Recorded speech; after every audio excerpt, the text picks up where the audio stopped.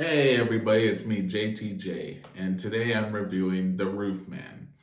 And I just want to get it out of the way and just point out this is not how I originally was going to do my review of The Roofman. I had something elaborate planned, but in all honesty, I have to say, I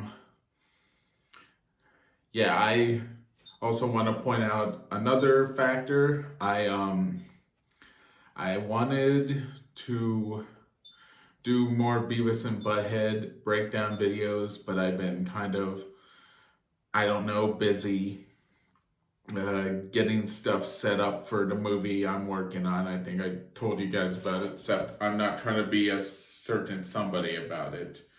But I just thought I'd let you know why I've been weird with not doing much videos lately.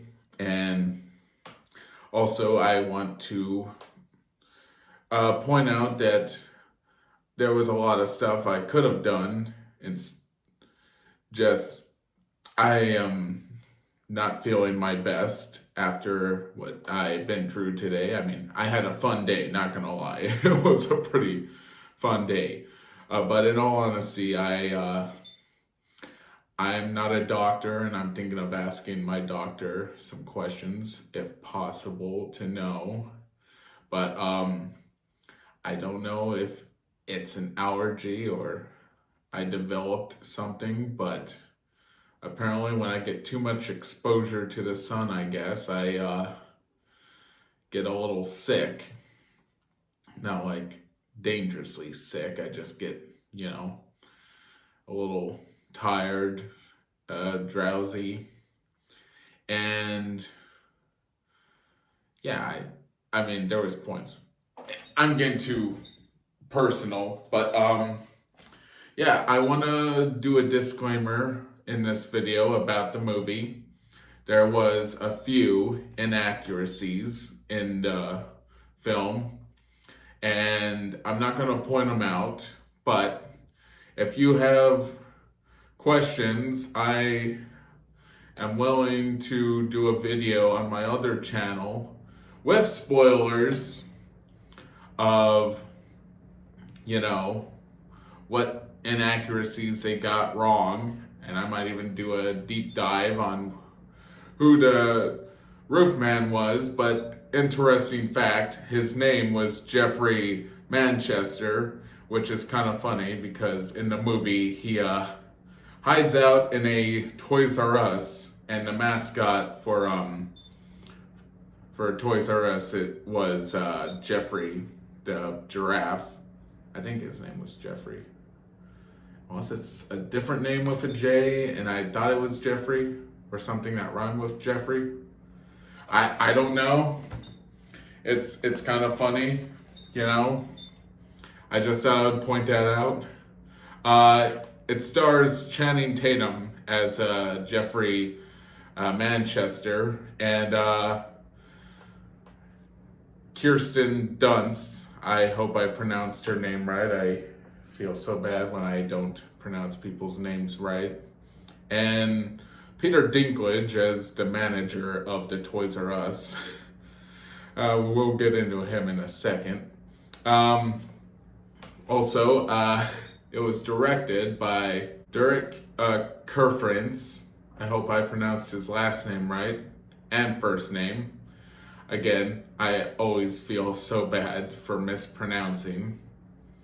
But yeah, let's get into this review.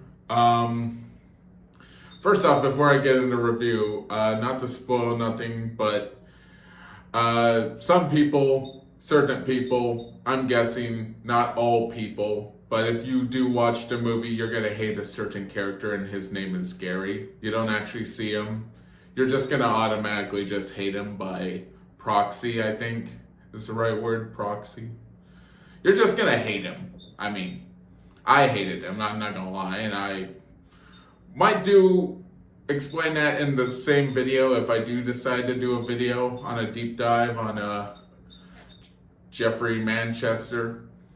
But yes, let's get into my review. So the movie starts off with him explaining what led him to rob McDonald's, which, interestingly enough, that's actually what he did. He robbed a bunch of McDonald's. And apparently a lot of them were very similarly built, and he would drill a hole.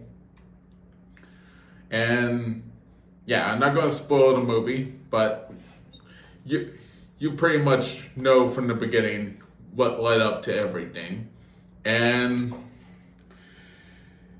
yes, it's pretty obvious that this is a biopic, and most biopics do get some inaccuracies, but I'm not gonna lie, I actually felt for the character watching this. Don't know if he was actually that decent of a human being in real life.